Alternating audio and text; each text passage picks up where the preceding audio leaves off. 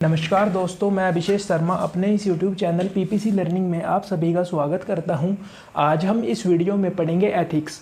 पिछली वीडियो में मैंने समझाया था वैल्यूज़ और जो मोरालिटी है उसमें क्या फ़र्क है।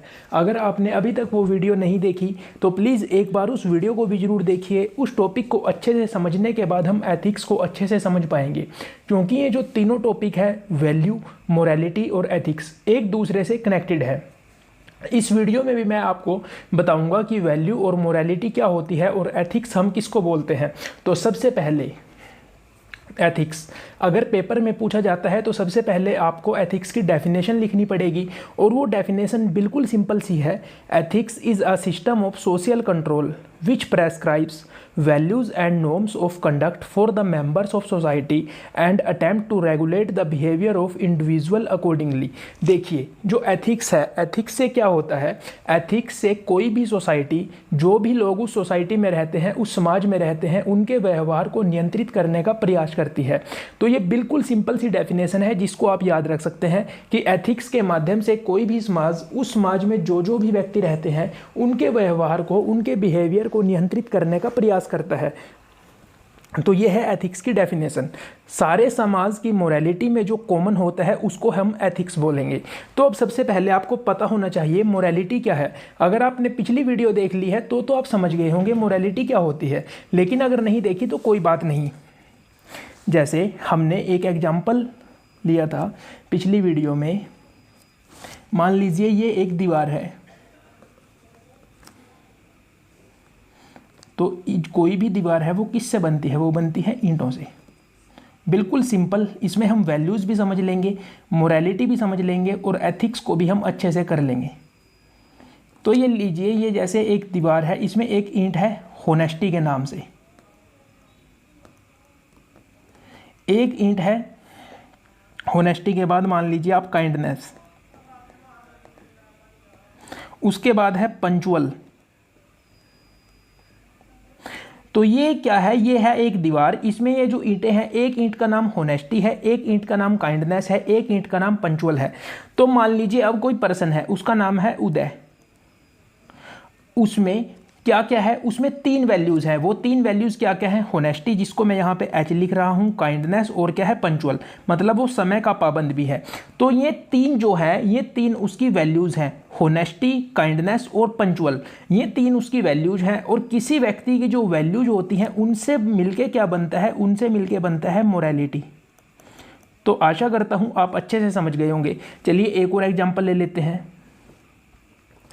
ये भी एक व्यक्ति है, इसकी भी एक वैल्यू जो है होनेस्टी, दूसरी मान लीजिए इसमें करुणा है इसके अंदर, और तीसरी मान लीजिए ये एक हार्ड वर्कर है।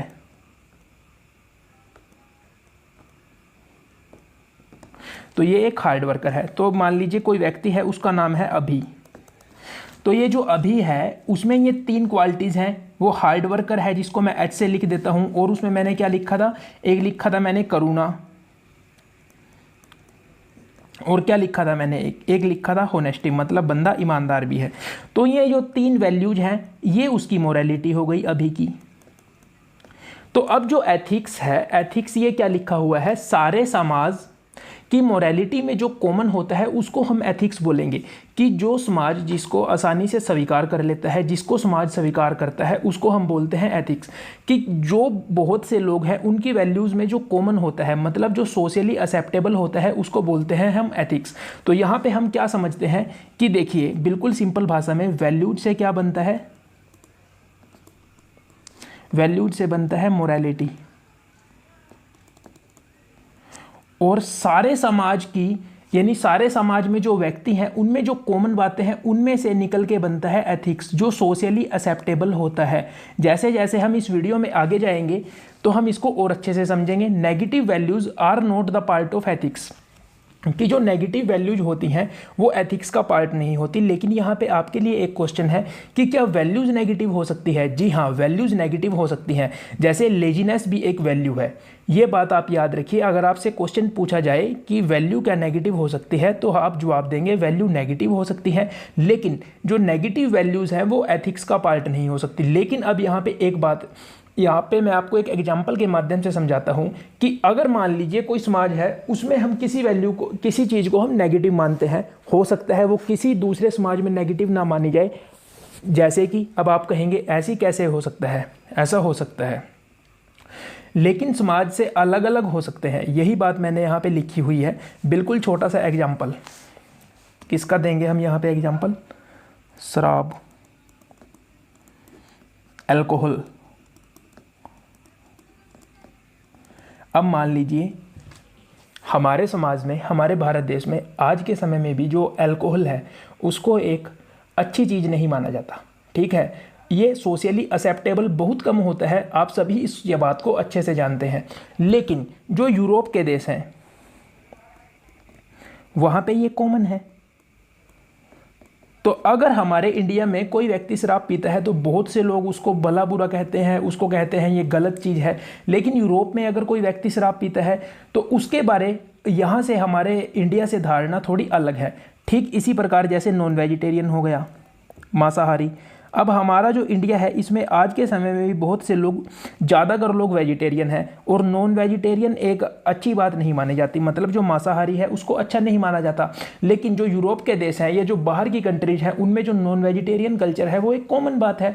ऐसा इसका एक रीज़न भी है कि जहाँ पर ठंड होती है ज़्यादा, जहाँ पर ज़्यादा कोल्ड होती है, वहाँ पर भी लोग वाइन पीते हैं, तो वहाँ पर ये सोशली एक्सेप्टेबल है। अब मान लीजिए जो हमारा समाज है, समाज मतलब जो हमारे आसपास के लोग हैं, वो शराब को अच्छा नहीं मानते।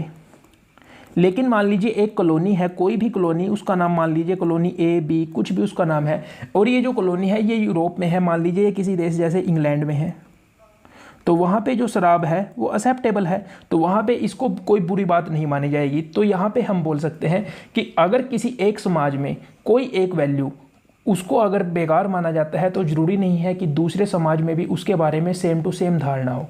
ठीक है, तो यहाँ पे आप इस बात को समझ गए होंगे, अच्छे से समझ गए होंगे। Society wants to control the behaviour of people with the help of ethics. ये बात मैं शुरू में ही बता चुका हूँ कि कोई भी समाज है वो अपने लोगों के बिहेवियर को कंट्रोल करता है या कंट्रोल करने का प्रयास करता है एथिक्स के द्वारा। कि लोगों में एक बात होती है, जैसे आपने सुना होगा, अगर हम कभी भी कोई काम करते हैं तो हमें एक बात सुननी पड़ती है, लोग क्या कहेंगे। तो ये वही बात है कि अगर वो अच्छा काम नहीं होता तो लोगों के मन में थोड़ा डर जरूर होता है कि अगर हम पकड़े गए या हमारी कोई ऐसी बात सामने आ गई जो हमारे समाज में एक्सेप्टेबल नहीं है तो उसके बारे लोग हमारे बारे में अच्छी बातें नहीं बोलेंगे। तो यही बात है कि जो सोसाइटी है वो कंट्रोल करती है लोगों के बिहेवियर को एथिक्स के माध्यम से। तो सबसे पहले तो आपको पता होना चाहिए वैल्यूज़ क्या होती हैं। किसी व्यक्ति की जितनी भी वैल्यूज होती हैं, चाहे वो पॉजिटिव वैल्यूज हो चाहे वो नेगेटिव वैल्यूज हो, उन सभी से मिलके उस व्यक्ति की मोरालिटी बनती है। और एक समाज में जितने भी व्यक्ति रहते हैं उनमें से जो सभी व्यक्ति है उनकी अलग अलग मोरालिटी होगी, मतलब जो मोरालिटी है वो व्यक्ति से व्यक्ति अलग अलग हो सकती है। तो उनमें जो कॉमन होगा वो एक समाज में, जैसे एक बात बताइए आप, बिल्कुल सिंपल सी बात है, हर एक व्यक्ति चाहता है, हर एक नहीं मतलब हम बोलेंगे कि ज़्यादातर व्यक्ति चाहते हैं कि कोई भी काम समय पर हो, लोग सच बोलें, सच्चाई, और कोई चोरी नहीं करे, सब अपना जो मेहनत की कमाई है उसको ही खाएं, कोई चोरी नहीं करे। तो ये जो तीन बातें हैं, सिंपल सी तीन बातें, हर समाज में ये एक्सेप्टेबल है। हर कोई चाहता है कि उसके आसपास के लोग ऐसा व्यवहार करें, तो इसको हम बोल सकते हैं एथिक्स। लेकिन अब कोई एक ऐसा व्यक्ति है, हो सकता है उसकी वैल्यू में सच्चाई नहीं हो, वो झूठ बोलता हो, तो वो बात क्या है, वो उसकी एक वैल्यू होगी। लेकिन जो एथिक्स है, एथिक्स में वो जो नेगेटिव चीज़ है, मतलब झूठ बोलना नहीं आएगा। तो आशा करता हूँ आपको आज की वीडियो अच्छी लगी होगी। अगर आपको आज की वीडियो अच्छी लगी है तो प्लीज़ वीडियो को लाइक ज़रूर कीजिए।